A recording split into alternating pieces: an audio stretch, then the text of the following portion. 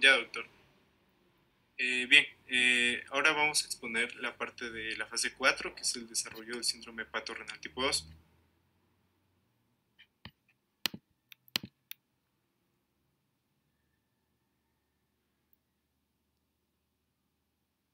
No, regresa atrás, por favor. Ya, muy bien, gracias. Bien, bueno, el síndrome hepatorrenal en sí se puede definir como una insuficiencia renal funcional secundaria a la presencia de una vasoconstricción y hipoperfusión renal intensas. Van a existir dos tipos de esta, la cual es la tipo 2 y la tipo 1. En el caso de la tipo 2, esta se va a caracterizar por una insuficiencia renal moderada, que se va a mantener estable durante algunos meses sin existir ninguna otra causa de insuficiencia renal. Puedes seguir a la siguiente diapositiva, por favor.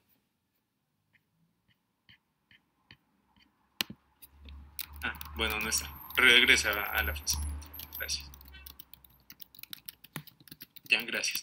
Bueno, hay criterios diagnósticos del síndrome hepatorrenal, entre los cuales podemos nosotros mencionar lo que es la cirrosis con presencia de ascitis, la creatinina sérica mayor a 1.5 miligramos sobre decilitro, también la falta de mejoría en la creatinina sérica, también la ausencia de shock y también no haber recibido tratamiento recientemente con fármacos neurotóxicos y también la ausencia de enfermedad parenquimatosa renal estimada por la presencia de una proteinuria de mayor a 500 miligramos por día, una microhematuria mayor a 50 glóbulos rojos por campo y también por una ultrasonografía renal anormal.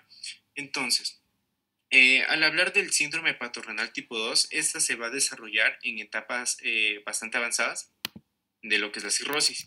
Y es debido a un empeoramiento de la disfunción circulatoria. Los pacientes que presentan este tipo de síndrome hepatorrenal van a presentar a su vez niveles incrementados de lo que es la renina, la aldosterona, la norepinefrina, la hormona antidiurética, la hipotensión arterial también y un aumento en la frecuencia cardíaca.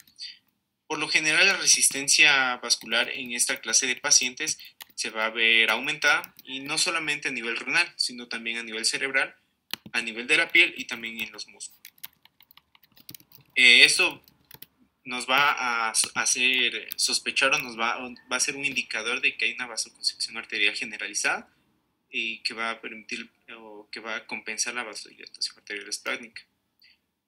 Hay que tomar en cuenta que en el síndrome hepatorrenal tipo 2 es probable que exista una sobreactivación extrema de los sistemas vasoconstrictores endógenos, los cuales van a sobrepasar a los mecanismos vasodilatadores intrarrenales y se va a reflejar en los pacientes con una filtración de sodio disminuida y también una marcada reabsorción de sodio en el túbulo proximal. Por lo tanto, la mayoría de estos pacientes no van a responder a los diuréticos y van a presentar mastitis refractaria. Tomar en cuenta que en este tipo de síndrome hepatorrenal el pronóstico es malo, con una supervivencia promedio después de su inicio del 50% entre los 6 y 8 meses. Ya. Ahora vamos a hablar de la fase 5, que es el desarrollo del síndrome hepatorrenal tipo 2. A su vez se va a caracterizar por una insuficiencia renal de una progresión bastante rápida, que se va a definir como un aumento en la creatinina hasta un nivel superior, hablando de valores de 2.5 miligramos sobre decilitro en aproximadamente menos de 2 semanas. Esta puede presentarse de forma espontánea, frecuentemente puede aparecer en estrecha relación cronológica con factores precipitantes, como lo puede ser una infección bacteriana, una hepatitis aguda, sobreimpuesta a una cirrosis, también por procedimientos quirúrgicos o por una hemorragia gastrointestinal masiva. En este tipo de síndrome hepatorrenal, el pronóstico es extremadamente grave, con un 80% de mortalidad en menos de 2 semanas tras el inicio de este tipo de síndrome hepatorrenal.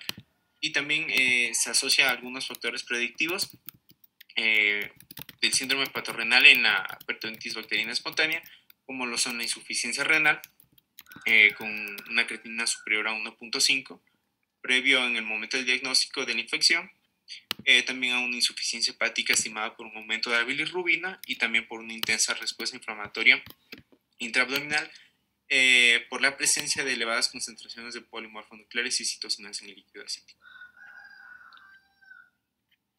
Al hablar de los tipos de asitis, estas se van a clasificar en dos grupos, en una asitis no complicada y en una asitis refractaria. Al hablar de la primera, esta a su vez se va a dividir en tres grados, grado 1, grado 2 y grado 3. En el grado 1, la asitis, se considera una asitis de pequeño volumen que solo que puede ser detectada mediante una ecografía. En el grado 2 ya hablamos de una asitis moderada que se puede manifestar por la distensión asimétrica del abdomen. Y en el grado 3 hablamos ya de una asitis importante con marcada distensión abdominal. En cambio, al hablar de la asitis refractaria, esta es la asitis que no disminuye o que reaparece de forma rápida a pesar del tratamiento diurético. Por lo general, esta va a ocurrir en el 5 al 10% de pacientes con asitis y a su vez se va a dividir en una asitis resistente a los diuréticos y en una asitis intratable.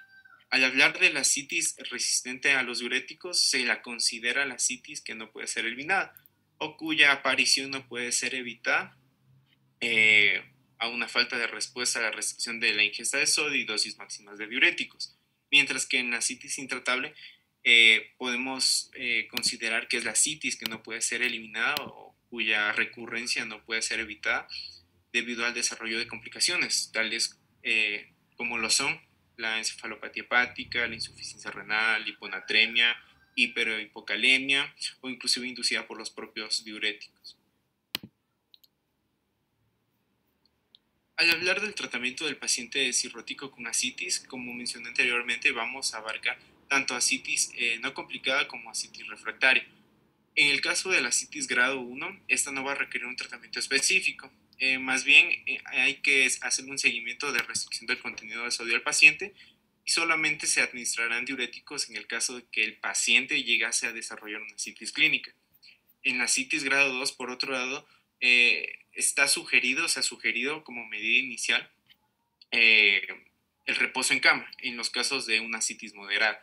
También la posición en decúbito supino se ha manifestado que puede disminuir el grado de activación del sistema renina-angiotensina-aldosterona, aunque no hay estudios clínicos que muestren que esta medida mejora la eficacia en el tratamiento médico.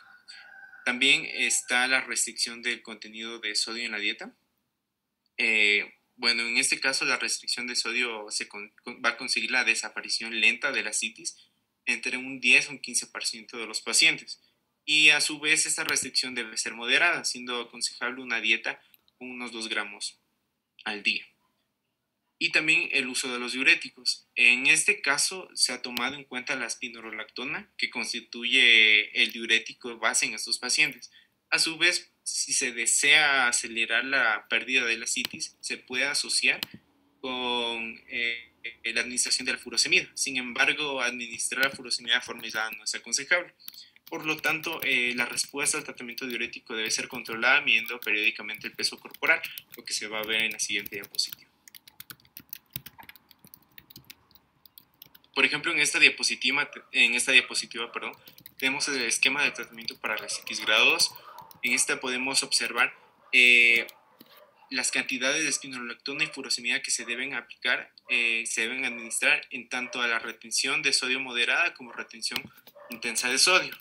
Y ir valorando también de acuerdo al peso corporal del paciente, en el caso que presente edemas, como también que no presente edemas, valorando, como menciono, el peso corporal de 500 a 1000 gramos al día y también el peso corporal de 200 a 500 gramos al día, obviamente guiándonos por esta tabla también.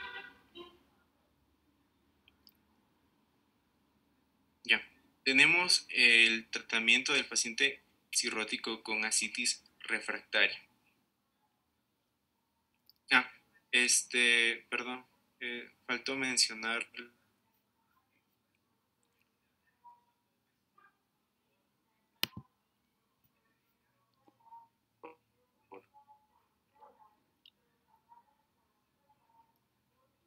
no se le escucha.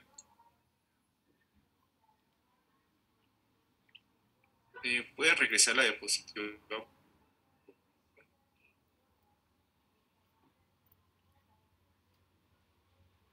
anterior?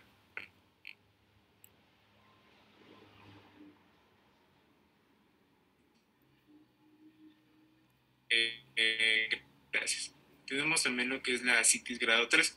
En este caso, el tratamiento de asitis grado 3 va a ser también en este caso diuréticos para poder prevenir una situación de asitis. Este procedimiento también se puede acompañar de la expansión plasmática, en la cual acompañe la paracentesis evacuadora con una expansión plasmática.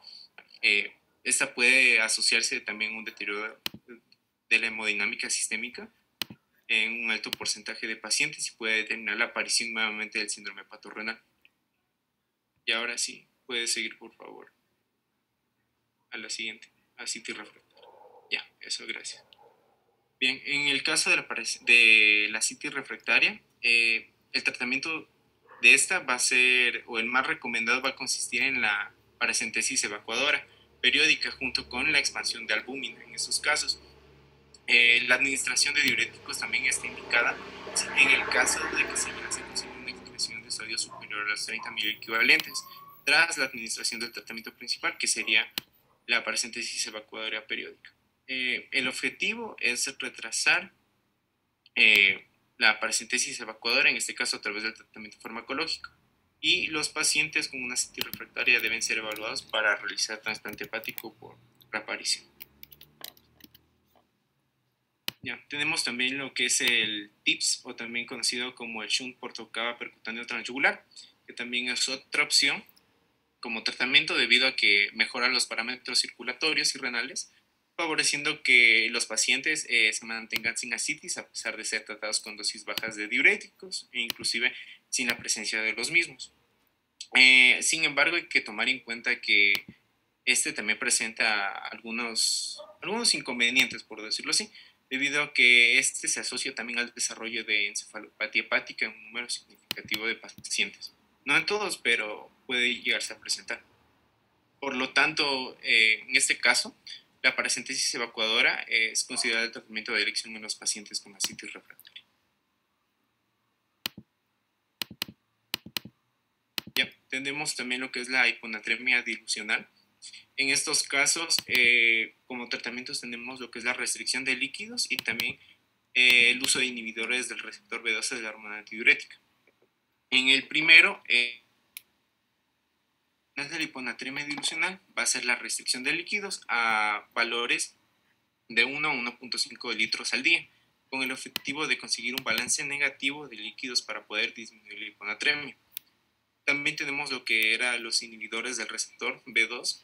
En este caso, se han tomado en cuenta a los fármacos acuaréticos, los cuales van a antagonizar o que antagonizan en este caso de forma selectiva al receptor a nivel de los túbulos renales y a través de lo que es la FDA se ha tomado en cuenta al medicamento al tolvaptan como tratamiento de la hiponatremia grave en pacientes con cirrosis, insuficiencia cardíaca y también el síndrome de secreción inadecuada de hormona antidiurética. Tenemos también el tratamiento del síndrome hepatorenal tipo 1 en este caso, sería en base a vasoconstrictores y también albúmina, y también se puede tomar alternativas como el TIPS. Respecto al primero, el tratamiento de elección en estos pacientes van a ser los vasoconstrictores junto con la expansión del volumen plasmático. En estos casos se van a administrar los vasoconstrictores para poder revertir lo que es la vasodilatación arterial esplénica y también lo que es la expansión del volumen, con la finalidad de mejorar el volumen arterial efectivo y el gasto cardíaco. En estos casos se puede, bueno, se tiene como alternativa farmacológica lo que es la terlipresina en dosis de 0,5 a 2 miligramos de 4 a 6 horas por vía intravenosa en un periodo de 7 a 14 días. Junto con la administración de albúmina, con la finalidad de lograr una respuesta terapéutica completa. También tenemos lo que es el TIPS. Sigue, por favor. Ya, no. Regresa. Está.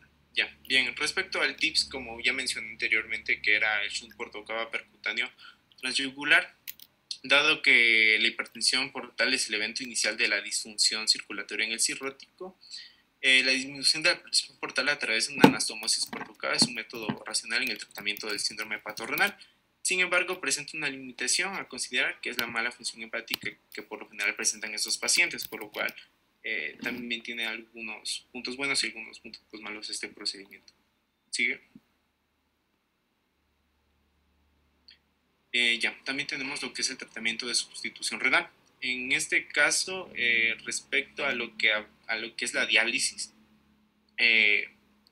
y su eficacia, la información respecto a esto no es muy escaso, por lo que no es una opción bastante, por decirlo así, una de las primeras opciones como tratamiento. Y respecto a lo que son los sistemas de diálisis con albúmina, existen también pocos estudios y los resultados tampoco son concluyentes. Y también tenemos lo que es el trasplante hepático. Respecto a lo que es el trasplante hepático, ese es el tratamiento definitivo en este caso del síndrome hepatorrenal. Se sabe que estos pacientes tienen un pronóstico bastante malo y que se trasplantan con insuficiencia renal, y también se presentan aumentos importantes de la morbimortalidad en el periodo precoz post-trasplante. Por eso, antes de realizar un trasplante hepático, debe iniciarse el tratamiento médico en base a vasoconstrictor y albúmina para poder revertir lo que es el síndrome hepatorrenal antes de poder realizar el trasplante hepático y que el paciente no presente mayores complicaciones. Tenemos también lo que es el tratamiento del síndrome hepatorrenal tipo 2. En este caso, la principal complicación que presentan estos pacientes es la cistitis refractaria, por lo que se debería tratar a estos pacientes mediante lo que es la paracentesis evacuadora periódica. Eso sería considerado el tratamiento principal en este tipo de síndrome hepatorrenal. Y respecto a lo que ya corresponde a la prevención, se han realizado algunos estudios en los cuales se han podido identificar 3 situaciones clínicas bien definidas para poder prevenir este tipo de síndrome hepatorrenal. El primero, el cual hace referencia a los pacientes con la peritonitis bacteriana espontánea, en los cuales se debería realizar la administración de albúmina en 1.5 gramos sobre kilo intravenoso en el momento del diagnóstico de la infección, y también 1 gramo por kilo por hora intravenoso 48 horas después, lo que a su vez permitirá la reducción de la incidencia de la disfunción circulatoria y también del desarrollo del síndrome hepatorrenal tipo 1. Tenemos la siguiente situación en pacientes con hepatitis alcohólica grave. En estos pacientes también está indicada la administración de pentoxifilina a dosis de 400 miligramos 3 veces al día, lo cual se evidenció que redujo la incidencia del síndrome hepatorrenal y también la mortalidad hospitalaria. Y la tercera situación es, en estos casos, lo que es la profilaxis con antibióticos, que en pacientes con insuficiencia hepática severa, o también en lo que es la insuficiencia renal, lo que a su vez este tipo de tratamiento, una profilaxis antibiótica, también ayuda a prevenir el desarrollo del síndrome hepatorrenal.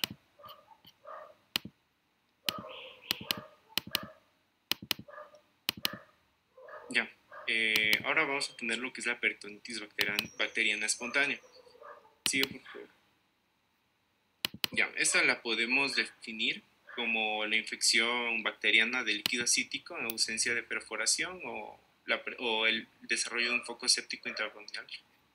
En esta complicación se va a presentar frecuentemente en pacientes con cirrosis hepática de cualquier etiología que se acompañe con ascitis. Se trata de una de las complicaciones más graves de la cirrosis y una de las causas más frecuentes de la morbimortalidad. Ya, tenemos lo que es la patogenia de la peritonitis bacteriana espontánea. Bien, la mayoría de los episodios de la peritonitis bacteriana espontánea van a ser causados por gérmenes aerobios gram negativos. En este caso, el Escherichia coli, siendo el propio intestino de los pacientes la fuente o foco de infección.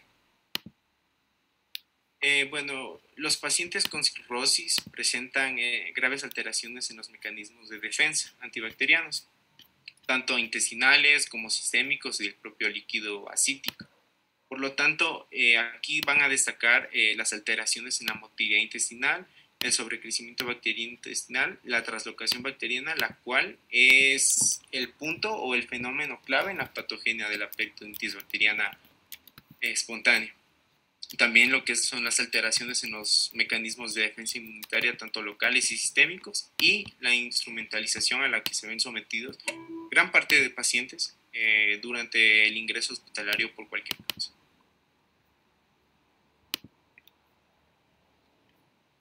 Al hablar de lo que son los factores predisponentes, el riesgo de desarrollar, de que el paciente en este caso llegue a desarrollar un episodio de peritonitis bacteriana espontánea, no es el mismo para todos los pacientes con cirrosis hepática. Existen algunos factores predisponentes para la infección, como los que podemos observar, como lo pueden ser la gravedad de la enfermedad hepática, la instrumentalización, malnutrición y alcoholismo, hemorragia gastrointestinal, también ascitis y proteínas totales en líquido acítico bajas con valores menores, bueno, son menores a 15 gramos sobre litro, y también haber presentado un episodio previo de peritonitis bacteriana espontánea, lo cual es clave en esta.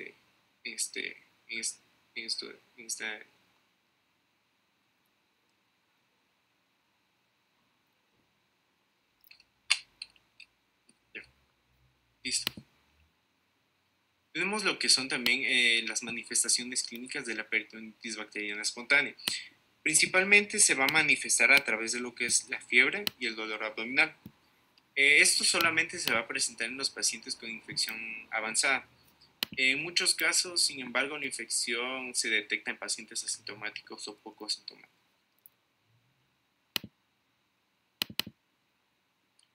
El diagnóstico y también el diagnóstico diferencial. En estos casos, el diagnóstico de la peritonitis bacteriana espontánea se va a basar en la determinación del recuento de polimorfonucleares y también en lo que es el cultivo de líquido acítico, en lo que hay que tomar en cuenta. Sin embargo, también se ha tomado en cuenta la utilización de las tiras reactivas. Sin embargo, los dos primeros son los más comunes y los más utilizados. Bien, al hablar de lo que es el recuento de polimorfonucleares en líquido acítico, el diagnóstico de la peritonitis bacteriana espontánea se va a establecer con un recuento de polimorfonucleares superior a los 250 por milímetro al cubo. De hecho, esta situación va a constituir una clara indicación para iniciar tratamiento antibiótico empírico. Y también en el caso de que se llegase a desarrollar, claro, en pacientes con una citis hemorrágica, se deberá aplicar un factor de corrección de un polimorfonuclear por cada 250 hematíes en líquido acítico. Tenemos también algunas indicaciones de parasíntesis diagnóstica en la cirrosis. Tenemos lo que es el paciente con primer episodio de ascitis, un paciente con cirrosis y ascitis que ingresa en el hospital, un paciente ingresado que presenta signos o síntomas de infección, un paciente ingresado que presenta deterioro clínico, y también un paciente ingresado que presenta alteraciones analíticas de la función renal y del hemograma. Bien, continuando, también vamos a tener, como mencioné anteriormente, el cultivo de líquido acítico. En estos casos, gracias. En estos casos, por lo general la tinción de Gram solo es positiva en el 5% de los casos de peritonitis bacteriana, debido a que la concentración de gérmenes es muy baja en los estadios iniciales de la infección. Es por esto que se debe realizar el cultivo. El cultivo convencional del líquido acítico es positivo en menos del 50% de los casos. De ahí que deba realizarse siempre inoculación de 10 centímetros cúbicos de líquido en cada frasco de hemocultivo en un ambiente aerobio y anaerobio en la cabecera del paciente, como podemos observar en la imagen, en la imagen B, bueno, la que está en la parte de abajo. Por lo tanto, este procedimiento o este método va a aumentar la sensibilidad del procedimiento. Ahora, respecto a las características del líquido acítico, se han descrito diferentes variantes de infección con una evolución clínica. Y vamos a tener también a las siguientes, por ejemplo, la peritonitis bacteriana espontánea con cultivo positivo, donde el recuento de polimorfonucleares en líquido va a ser mayor a los 250 sobre milímetro cúbico, y el cultivo es positivo. En estos casos, los pacientes deben ser tratados con el antibiótico empírico adecuado. También tenemos lo que es la peritonitis bacteriana con cultivo negativo o ascitis neutrocítica con cultivo negativo. En estos casos, el recuento de los polimorfonucleares en líquido acítico es mayor a los 250 sobre milímetro cúbico, en ausencia de tratamiento antibiótico previo o de alguna otra causa que llega a aumentar estos polimorfonucleares en el líquido, ya sean causas como un hepatocarcinoma, una carcinomatosis peritoneal, tuberculosis o también la pancreatitis. Y en estos casos el líquido va a ser negativo. Sin embargo, hay que tomar en cuenta que a pesar de que exista negatividad del cultivo, ya se considera una infección verdadera, debido a que la evolución clínica y la mortalidad a corto y largo plazo es similar a la de los pacientes con una peritonitis bacteriana espontánea y un cultivo positivo. Tenemos también lo que es la bacteriacitis monomicrobiana. En estos casos, bueno, en sí esta es la colonización del líquido acítico por una bacteria sin reacción inflamatoria secundaria, y en estos casos solo los pacientes sintomáticos que lleguen a presentar síntomas como fiebre, dolor abdominal o desarrollen encefalopatía deben ser tratados con antibióticos, ya que pueden evolucionar una verdadera peritonitis bacteriana espontánea. Y tomar en cuenta que en esta variante, los recuentos de polimorfonucleares van a ser menores a los 250 por milímetro cúbico. Tenemos también lo que es la bacteriacitis polimicrobiana, y esta lleva a producirse como consecuencia de una función inadvertida de un asa intestinal durante la paracentesis que se mencionó anteriormente, y también se va a definir como un recuento de polimorfonucleares normal, y en cambio el cultivo va a ser positivo, ya sea para 2 o más gérmenes. Y también este tipo es poco conocido e infrecuente, generalmente con una buena evolución clínica.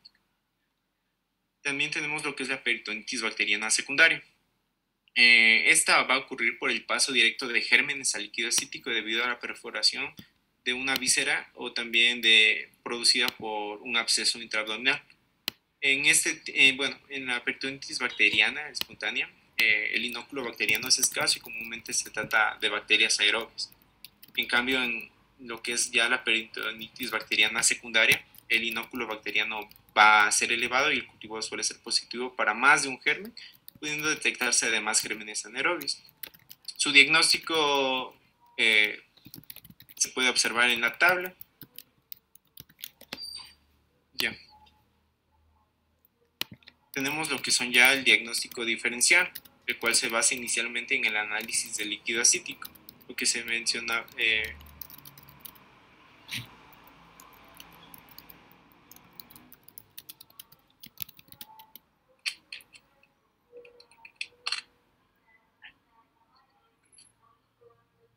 ya.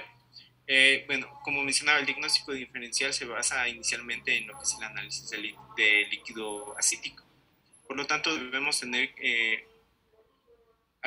tenemos algunos criterios de sospecha de peritonitis bacteriana secundaria en pacientes con cirrosis. En estos casos, tenemos algunos criterios tanto analíticos como microbiológicos y como respuesta terapéutica. Respecto a los criterios analíticos, valorar proteínas mayores a 10 gramos sobre litro, glucosa menor a 50 miligramos sobre decilitro, LDH mayor a 225, fosfatasa alcalina mayor a 240, también antígeno carcinoma embrionario mayor a 5, y también valorar lo que es la tinción de Gram y el cultivo polimicrobiano, la cual la tinción de Gram va a ser positiva. Y la respuesta terapéutica con descensos de polimorfonucleares menores a 25% del líquido acítico a las 48 y 72 horas del inicio del tratamiento. Respecto al pronóstico, a principios de los años 70 la mortalidad era prácticamente del 100% de los casos.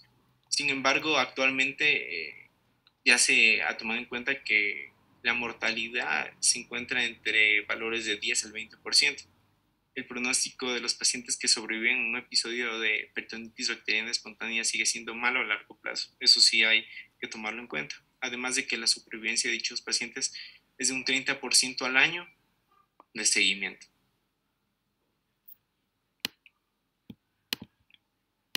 Ya. Tenemos también el tratamiento en el cual debemos tomar en cuenta medidas generales. En la actualidad ya se considera a la peritonitis bacteriana, una complicación que requiere ya un tratamiento hospitalario. Y también dependiendo de la condición general en la que se encuentra el paciente y su estabilidad, convendrá colocar vías intravenosas, fluidoterapia, inclusive fármacos vasoactivos en aquellos pacientes que se encuentran en una situación de shock séptico. Tenemos también lo que es la antibiótico-terapia, la cual es muy importante, iniciarla de forma rápida en estos casos.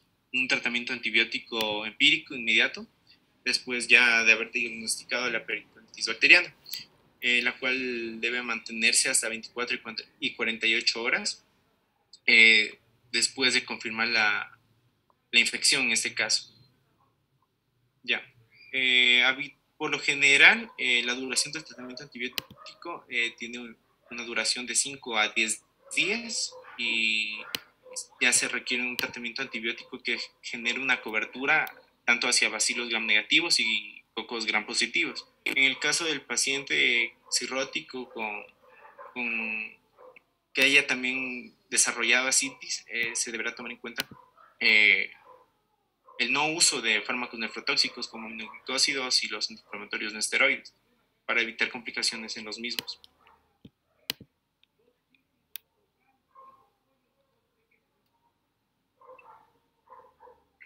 Ya. Bueno, continuando con el tratamiento, vamos a tener las cefalosporinas de tercera generación, que va a ser el tratamiento de elección, ya que va a tener una mayor tasa de resolución de las infecciones y también menos complicaciones. Bueno, el esquema más recomendado va a ser el cefotaxime de 2 gramos cada 12 horas, o también el ceftriaxone de 1 a 2 gramos cada 24 horas por vía intravenosa. Ya, también vamos a tener bueno, también se puede utilizar la amoxicilina más ácido clavulánico.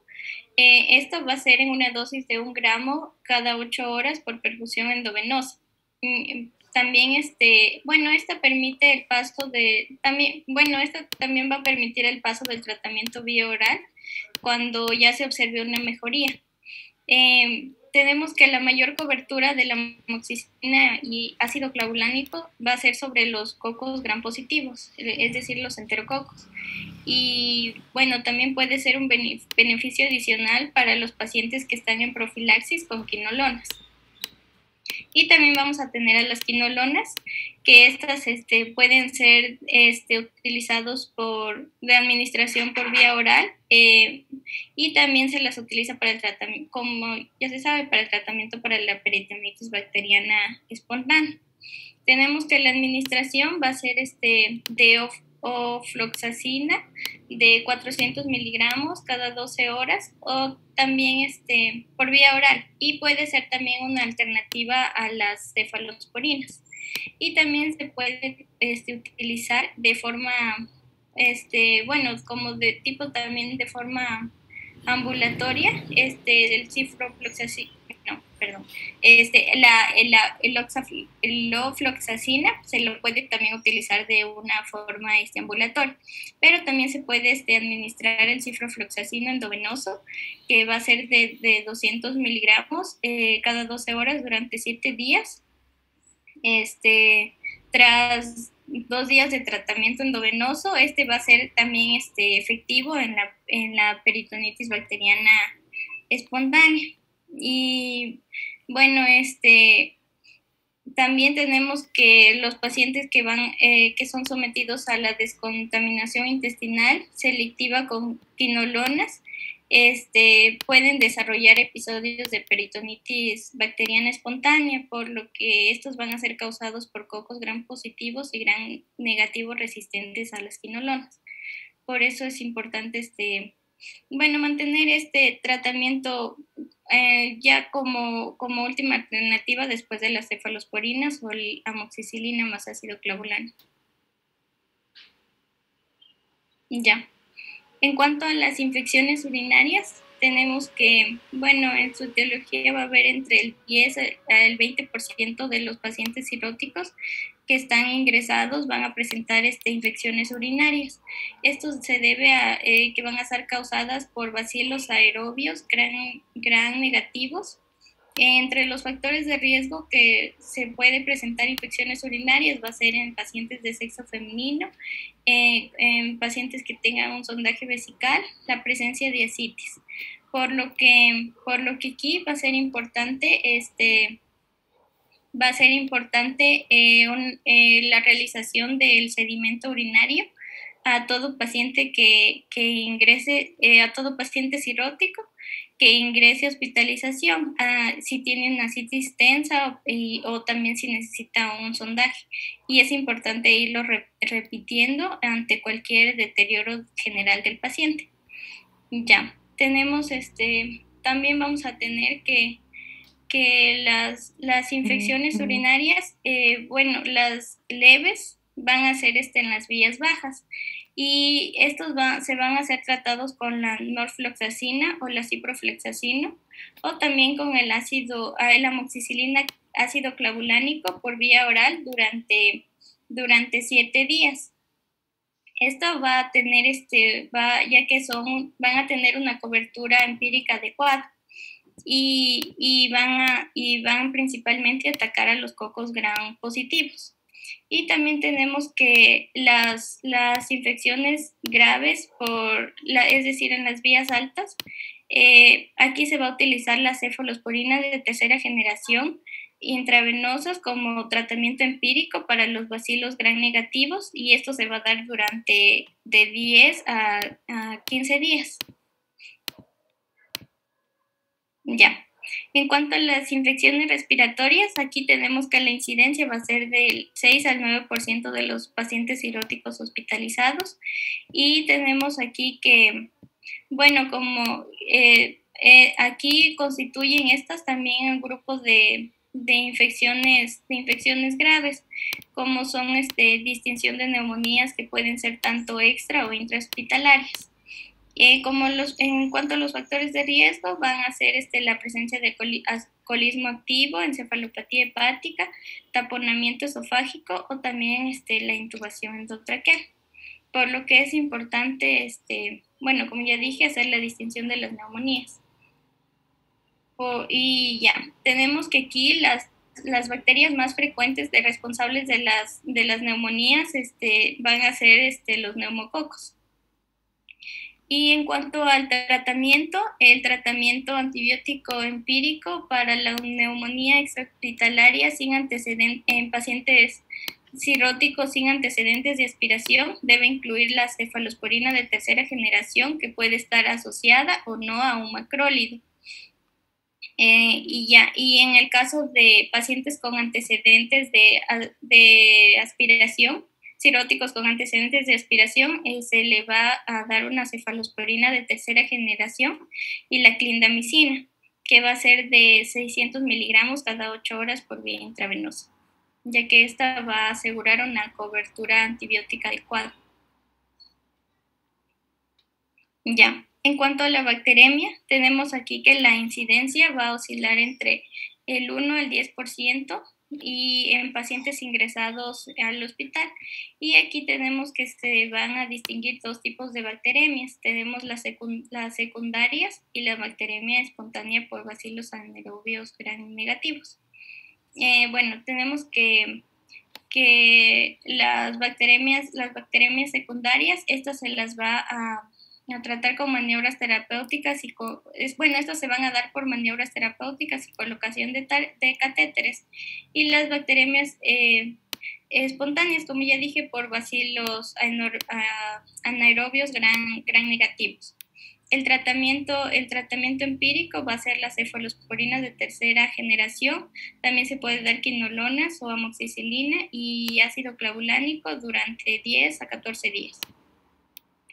Y en cuanto a la celulitis, tenemos que esta se va a caracterizar es la infección de la piel con extensión de profundidad a la dermis y tejidos subcutáneos, y se caracteriza principalmente por una zona de piel roja, caliente y dolorosa, debido a una sobreinfección bacteriana. Aquí, la incidencia va a ser del 8 al 11%, y tenemos que estas bueno, aquí el tratamiento, bueno, la etiología más frecuente de estas va a ser por gérmenes gram positivos y por y también gram negativos, como la Escherichia coli, la Klebsiella y la Klebsiella pneumoniae.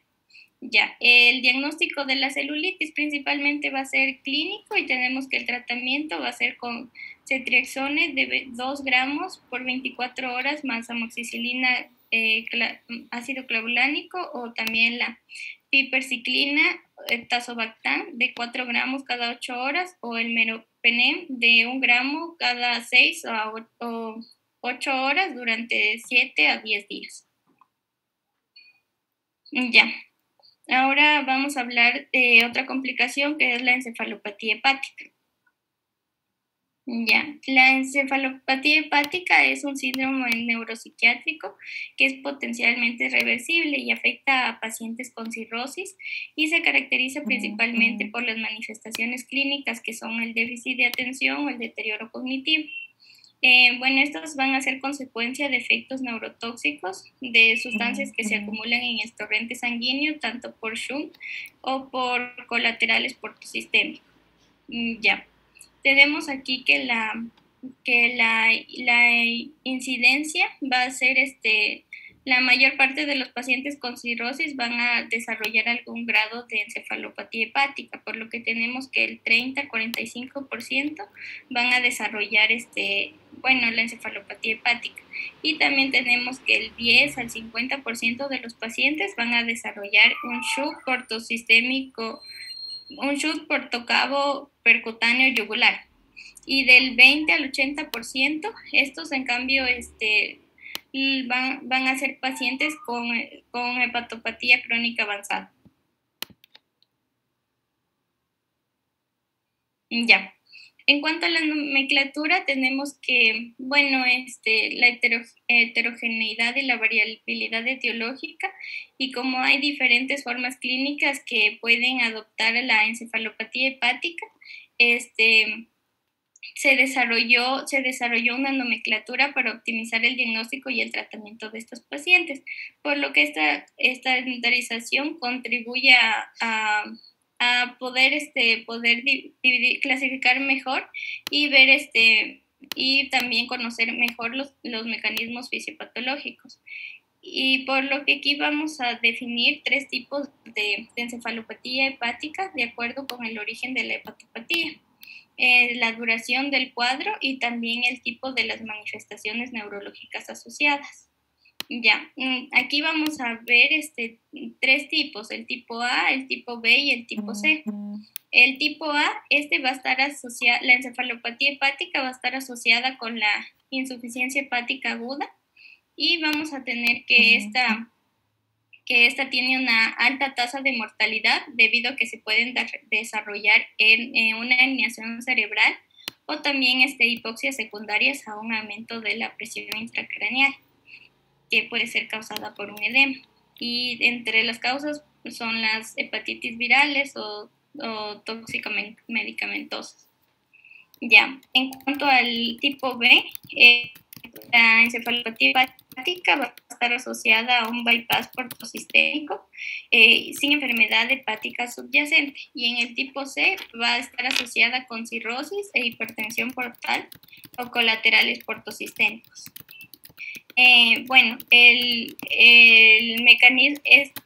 Aquí el mecanismo se desarrolla, que se desarrolla es por el paso de las neurotoxinas de la circulación portal a la sistémica, debido a las existencias de las derivaciones circulatorias. Ya. Tenemos que los pacientes además van a desarrollar una encefalopatía hepática puede ser episódica, que se van a dividir por categorías, que puede ser episódica, persistente o mínima. Y estas a su vez se van a dividir en subcategorías. Ya. Tenemos que las episódicas, que pueden ser de tipo B y C, se van a dividir en espontánea, precipitada y recurrente.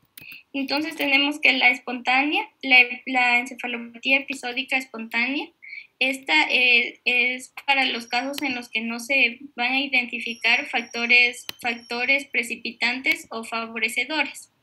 Y en cambio en la precipitada, aquí sí va a haber existencia de factores precipitantes o favorecedores. Y en la recurrente va a ser aquellos pacientes que presentan 2 episodios de encefalopatía hepática episódica en un año. Ya. En cuanto a las alteraciones, tenemos que en cuanto a las alteraciones neuropsiquiátricas de la encefalopatía hepática, van a ser los niveles de conciencia y por lo tanto se considera que el enfermo va a padecer una encefalopatía hepática persistente leve o grave según la escala de West, que ya les voy a hablar más adelante. Y bueno, tenemos que las persistentes van a durar, se debe esperar un tiempo de máximo de 28 días para establecer si es persistente o no. Y ya, bueno, y en la encefalopatía hepática mínima, aquí esta se caracteriza por un deterioro del cognitivo leve. Ya. En cuanto a la patogenia, aquí tenemos que la base de que se presente esta patología va a ser el amoníaco, ya que este proviene de la mayor parte del metabolismo bacteriano de las proteínas y la glutamina que está contenida en el tracto digestivo inferior, por lo que tenemos que este amoníaco es conducido al hígado, donde se va a transformar en urea y se va a excretar por la orina y las heces. Pero en los pacientes que tienen encefalopatía hepática, el amoníaco circulante no va a ser detoxificado, por lo que va a hacer que haya un incremento de la permeabilidad de la barrera hematoencefálica.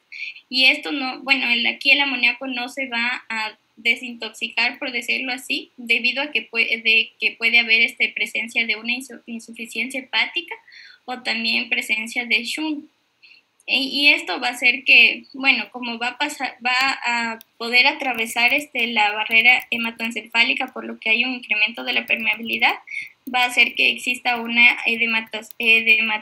edematización de astrocitos, también alteración de la neurotransmisión, acúmulo de manganeso y alteración del metabolismo del oxígeno y de la glucosa cerebral.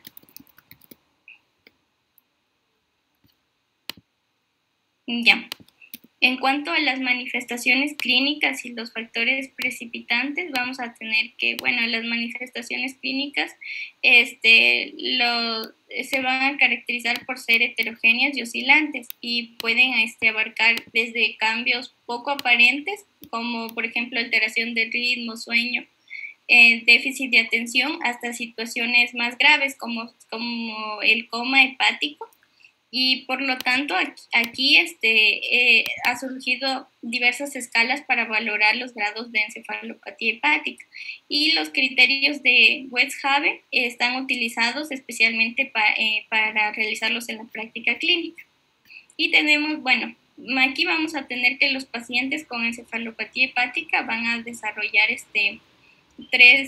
la sintomatología se la va a agrupar en 3 clases: la alteración del nivel de la conciencia, los síntomas neuropsiquiátricos y los signos neuromusculares. En la alteración de la conciencia, el paciente puede presentar estados de confusión leve y puede desarrollarse un coma, también letargia, estupor, por lo que es importante medirlos con la escala de Glasgow. En la sintomatología neuropsiquiátricos va a haber una alteración de la personalidad, alteración de la conciencia, alteración de la capacidad intelectual, desorientación, irritabilidad, inversión del ciclo sueño-vigilia y también puede presentar el paciente delirios. Y en los signos neuromusculares puede haber una hiperreflexia, posible signo de Babinski, pérdida del tono muscular. Puede haber también asterixis, flacidez, hiporreflexia y síntomas parkinsonianos y convulsiones. Ya. Aquí en esta tabla vamos a ver los criterios de Westhaven para la encefalopatía hepática. Estos son los que se los va a utilizar y se van a dividir en grados, de grado 0 al 4.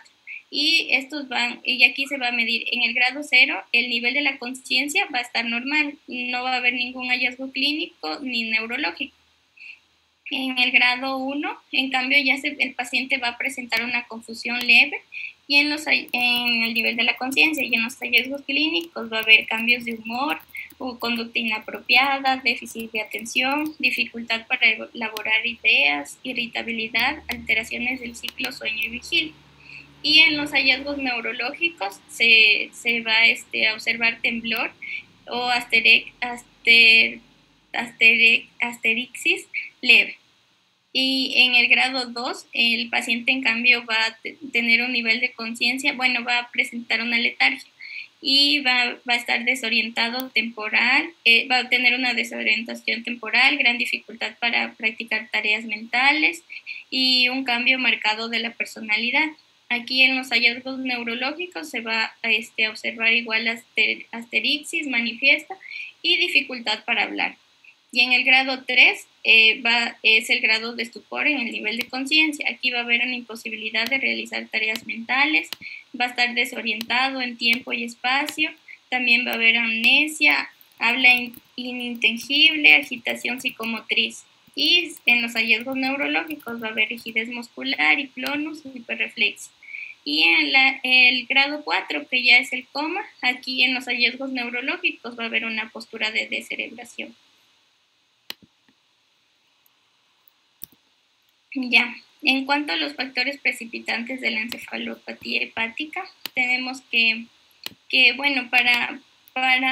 hay que ver primero si se sospecha de una complicación grave que puede estar enmascarada, por lo que es importante primero descartar todos los diagnósticos diferenciales para poder diagnosticar la encefalopatía hepática.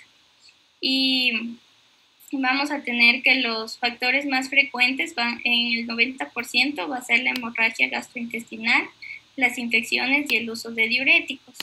Tenemos que como la hemorragia gastrointestinal va a ser evidente y los procesos infecciosos van a pasar desapercibidos, es muy importante y los pacientes pueden presentar leucocitosis discreta y que pueden cubrir la gravedad del proceso séptico, y puede haber también peritonitis bacteriana espontánea y sepsis, que son las infecciones más frecuentes que pueden causar una encefalopatía hepática. Y ya, tenemos que los factores establecidos, en cambio, va a ser la uremia, la hipopotasemia, la hiponatremia, la deshidratación, el uso de psicofármacos, el uso de antihistamínicos, el estreñimiento, el exceso de ingesta de proteínas en la dieta, la insuficiencia hepática aguda, como hepatitis alcohólica, tóxica o viral, la desviación portosistémica quirúrgica o espontánea. Y en los factores que pueden ser posibles implicados, vamos a considerar el déficit de zinc, la hipernatremia, los beta bloqueantes, la anemia o también la metionina oral. Ya, en cuanto al diagnóstico, el diagnóstico del paciente cirótico va a ser se lo va a hacer con las alteraciones evidentes del estado de la conciencia, de los criterios de Westhaven, y tenemos que se va a atribuir el diagnóstico en sí va a ser por el juicio clínico, que es la principal herramienta para poder diagnosticarlo. Y tenemos también que el estado de encefalopatía, según el origen hepático, hay que tener en cuenta las consideraciones como son las manifestaciones clínicas, los diagnósticos y la hepatopatía crónica avanzada. En las manifestaciones clínicas, de la encefalopatía hepática no van a ser específicas y se pueden observar en el curso de otras patologías o trastornos. que requieren un abordaje diagnóstico y terapéutico específico para esas patologías. Y en el diagnóstico de la encefalopatía hepática se va a realizar después de una exclusión de otras causas potenciales. Y tenemos que aquí igualmente un paciente con cirrosis hepática en estado de coma se va a recomendar la realización de una analítica completa, pruebas de imagen del sistema nervioso central, análisis tóxicos y una búsqueda exhaustiva de un posible foco diagnóstico, ya que esto va a permitir excluir algunas condiciones capaces de crear un estado confusional que no pueden estar desarrollados con una encefalopatía hepática, como por ejemplo la hipoglucemia, puede el paciente tener un hematoma subdural o una hemorragia subaracnoidea, o también presencia de meningitis. Y también tenemos que, como la mayor parte de los pacientes con encefalopatía hepática suelen tener hepatopatía crónica avanzada, y por lo tanto se van a observar signos de cirrosis como el eritema palmar, la ictericia, arañas vasculares o ascitis. Y también también vamos a tener una disfunción hepática, una alteración de analíticas asociadas a la disfunción hepática, y por lo que estas alteraciones no van a estar presentes en los casos que se produzca una encefalopatía hepática, que va a estar asociada con un fallo hepático agudo o la persistencia de cortocircuitos portosistémicos. Ya, bueno, tenemos como exploraciones complementarias, ya que esto se las va a realizar cuando no se tiene un diagnóstico preciso, entonces se puede pedir una determinación de amonio. Y este es el que se lo va a utilizar frecuentemente como la prueba diagnóstica de la encefalopatía hepática sin evidencia. Aquí se va a ver la correlación entre los niveles de amonio y la gravedad de la encefalopatía hepática, ya que deben tenerse en cuenta que la determinación sin embargo, hay que tenerse en cuenta que la determinación de los niveles de amonio va a ser compleja, y que igual van a existir factores externos que pueden alterar su cuantificación. Por lo que, y por otro lado, tenemos que los pacientes con cirrosis hepática van a presentar frecuentemente hiperanonemia, es decir, un aumento del amonio y también a veces no puede ser diagnosticado si no existe una clínica acompañante, por lo que es muy confuso diagnosticarlo a la primera esta patología. Y por lo que tenemos que esta determinación de amonio, su indicación va a ser en aquellos pacientes sin evidencia de hepatopatía avanzada que presenten una alteración del estado mental. Y en cuanto a las pruebas de imagen, tenemos que, aquí se va a utilizar la tomografía computarizada para la exclusión de patologías intracraneales. Esto va a ser, aquí se va a utilizar una tomografía computarizada cerebral, y también se puede realizar una tomografía computarizada helicoidal de hígado para ver si existe presencia de shunt portosistémicos. También se puede realizar una resonancia magnética de encéfalo, en las cuales los hallazgos pueden ser la secuencia de T1, pues se puede observar hipertensa en ganglios de base y en el globo pálido, y también puede haber depósitos de manganeso. Además, también se puede observar presencia de edema y atrofia cerebral. Y en la resonancia espectrográfica, aquí se puede observar un incremento de las concentraciones del glutamato, glutamina, o descenso de la señal de mioinositol y de colina. Esto, ya que esta ayuda a la detección de la concentración de los metabolitos cerebrales. También se pueden utilizar test psicométricos y estudios neurofisiológicos. Estos van a servir para detectar la presencia de encefalopatía hepática en pacientes cirróticos sin alteración del estado mental, por lo que se van a utilizar pruebas neurológicas o métodos computarizados. En las pruebas neurológicas, los que se van a utilizar son los test psicométricos, que se van a agrupar en 5 test. Y estos van a valorar la habilidad motora fina, la atención y la rapidez del procesamiento de la información. Y en cuanto a los métodos, la ventaja de estos test es que son fáciles de realizar por personal entrenado y también no requieren mucho tiempo. Y en los métodos computarizados vamos a tener la frecuencia crítica de parpadeo y también el test de control inhibitorio. La frecuencia crítica de parpadeo, esta se va a colocar en el campo visual del paciente una luz que parpadea a una elevada frecuencia de una manera que el paciente ve una luz constante, y esta va a disminuir la frecuencia del parpadeo con la luz, que esta va a pasar desapercibida. Y en el test de control inhibitorio, aquí esto se lo va a utilizar para detectar los déficits de atención. Ya. Y para el tratamiento vamos a tener para el tratamiento se van a, en los pacientes deben tener hay que tomar en cuenta varios aspectos, como el estado clínico del paciente, la presencia de los síntomas, que pueden ser tanto agudos o persistentes, el grado de la insuficiencia hepática. Por lo que, como ya mencionó anteriormente mi compañero, el trasplante hepático es el considerado tratamiento definitivo para la encefalopatía hepática y otras complicaciones que se asocian con la cirrosis hepática. Y aquí como medidas generales vamos a tener que, primero, hay que vigilar para mantener permeable la vía aérea. También, si el paciente se encuentra en un grado o estadio 3 y 4, hay que ingresarlo a UCI para evitar la broncoaspiración y vigilar la ventilación del paciente. También hay que vigilar el estado de conciencia de 3 a 4 veces al día.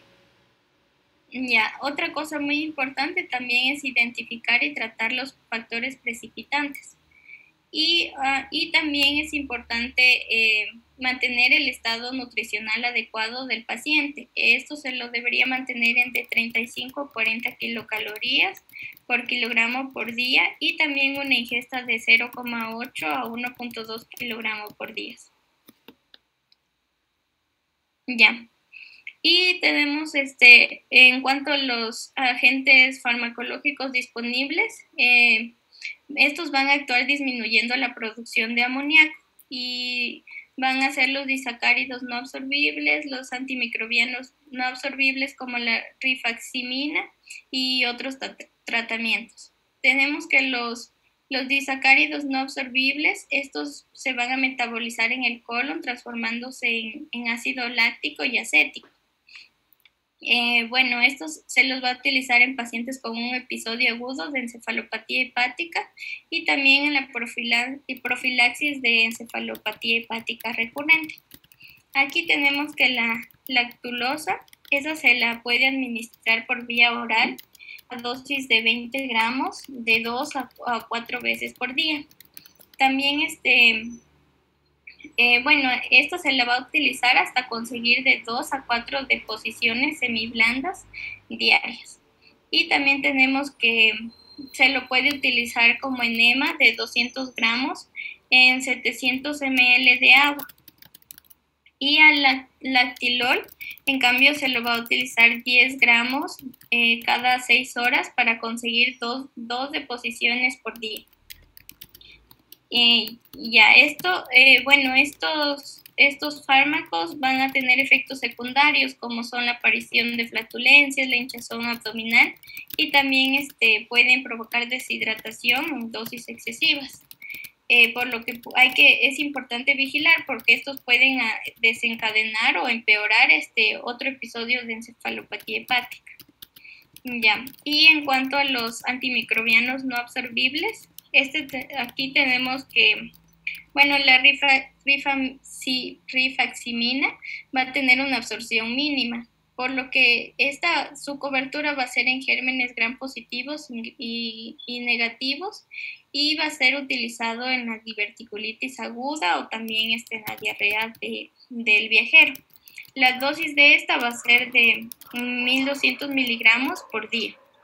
Y también vamos a tener otros tratamientos pero estos más bien todavía se los están utilizando como en ensayos clínicos, por lo que todavía sus resultados están controvertidos. Y este sería la L-ortinina, L-aspartato, que se va a dar a una dosis de 18 a 30 gramos por día, y esta va a dar una mejoría del estado mental y de las funciones cognitivas en los pacientes cirróticos que tienen encefalopatía hepática, y también disminuir también un poco del amonio circulante. Ya, eso sería todo. Muy bien, muy bien. Estoy listo porque estuvo muy bien expuesto. Bueno, así vamos a continuar el día de hoy. El día viernes vamos a tener clase 3 de la tarde, no 3:45, ¿sí? ¿Estamos? Ya, 3 de la tarde. El viernes también es el examen, 5 de la tarde quedamos, Leonardo. Sí, Doc, a las 5 quedamos. Ya, a las 5 de la tarde junto con otro grupo. Muy bien. Eso sería todo. Que pasen muy bien, que tengan una buena tarde, ¿sí? Gracias, hasta luego. Muchas gracias.